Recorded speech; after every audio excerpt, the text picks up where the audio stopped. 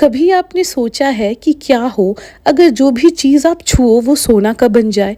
तो बहुत पुरानी बात है। ग्रीस का एक राजा था जिसका नाम था किंग मिडास। उसके पास सब कुछ था, महल था, ताकत था, दौलत थी, फिर भी उसका दिल कभी नहीं भरता था।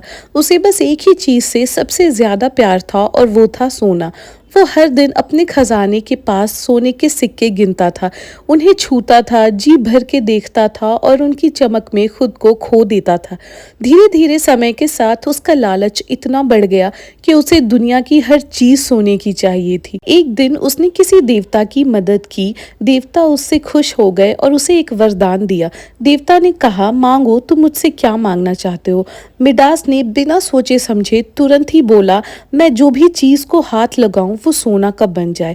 देवता ने उसे थोड़ी देर देखा और बोला, एक बार फिर सोच लो।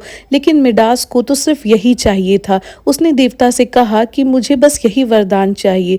तो देवता ने कहा, ठीक है, तुम्हारी इच्छा जरूर पूरी होगी।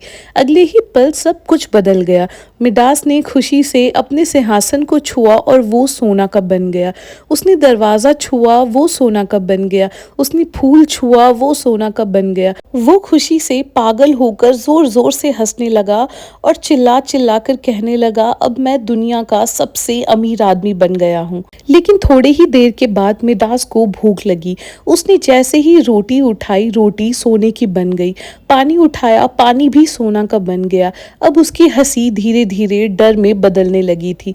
तभी उसकी छोटी सी बेटी भागते हुए अपने पापा को गले लगाने के लिए आई और मिडास ने बिना सोचे समझे अपनी बेटी को छू लिया और गले से लगा लिया। एक ही पल में उसकी बेटी देखते ही देखते ठंडी पड़ गई, चुप हो गई और देखते ही देखते सोने की मूर्ति बन गई।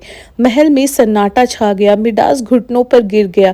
अब उसके पास दुनिया का सारा सोना था, लेकिन उसने अपनी खुद की बेटी को ही खो दिया था। रोते हुए उसने देवता से माफी मांगी।